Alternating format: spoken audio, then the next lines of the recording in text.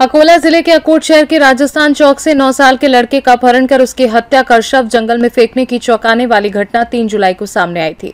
Police ने मृतक लड़के के सौतेले पिता आकाश साहिब राव कन्हेरकर हिरपुर तालुका अंजनगांव जिला अमरावती निवासी और उसके साथी को गिरफ्तार किया है। दर्शन वैभव पलासकर 2 जुलाई की शाम को अपने घर से लापता था।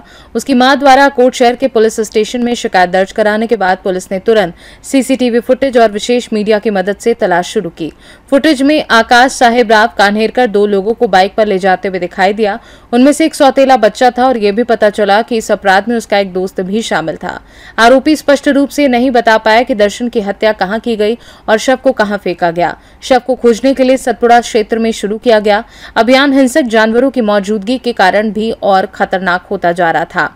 सहायक पुलिस अधीक्षक अमोल मित्तल, पुलिस निरीक्षक अमोल मालवे, अकोट ग्रामीण थानेदार किशोर जुनघरे और स्टाफ सदस्यों ने अथक प्रयास से 10 घंटे तक जंगल में तलाशी अभियान चलाया।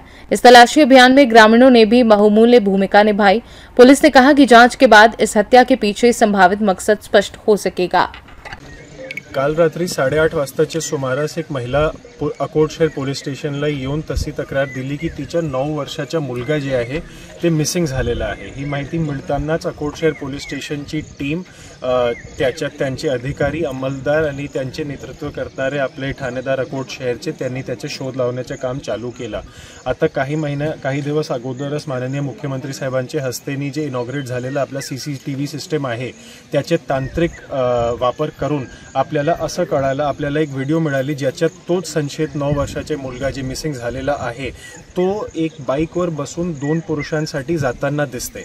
आता जेव्हा आपण त्या व्हिडिओला अगदी जवळपास बघितला तर आपल्याला असं समजलं की ते जे 2 पुरुष आहे ज्याच्यासोबत ते जाताना दिसते त्यांच्यापैकी एक पुरुष त्याच महिलासोबत पोलीस स्टेशनला आला होता। तेव्हा आम्हाला हे बात पहिल्यांदा समजली की हे जे पुरुष आहे ती महिलाचा पहिला नवरा नाही, दुसरा किंवा तिसरा नवरा आहे आणि तो ह्या मुलगेचा सावत्र वडील होता। जसंच आम्हाला ही माहिती समजली की तेच ह्यांना घेऊन गेलेलं आहे, आम्हाला म्हणजे आपले अनुभवी पोलीस अधिकारी असल्याने आपल्याला समजून जाते की ह्याच्यात काही ना काही मोठा प्रकरण असण्याची शक्यता असते। तेव्हा मी सुद्धा पोलीस स्टेशनला दाखल झालो रात्री 12 वाजताच्या सुमारास आणि तेव्हापासून ह्या गुन्ह्याचा तपास अधिकारी म्हणून मी स्वतःहून घेतला।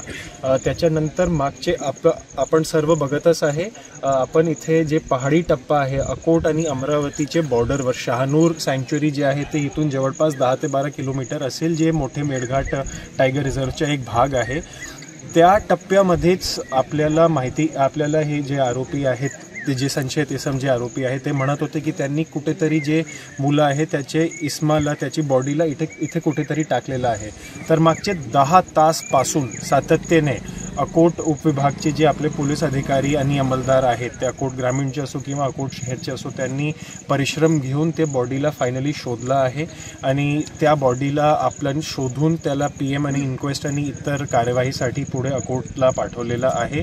हे अत्यंत दुःखदायक घटना आहे, परंतु ह्याच्यात अकोट आपले पोलीस टीमनी जे परिश्रम घेतलेला आहे त्याचे मागे एकच कारण आहे की आम्हाला सर्वांना त्या 9 वर्षाच्या मुलासाठी इन्साफ पाहिजे आणि आम्हाला ते न्याय पाहिजे आणि आपली हाच धारणा राहते, आपला हाच हेतू राहते की आपण लवकरात लवकर 10 ते 12 पुढचे 1 किंवा 2 आज किंवा उद्या जास्तीत जास्त करून आपण ह्याची चार्जशीट दाखल करण्याचा प्रयत्न करू।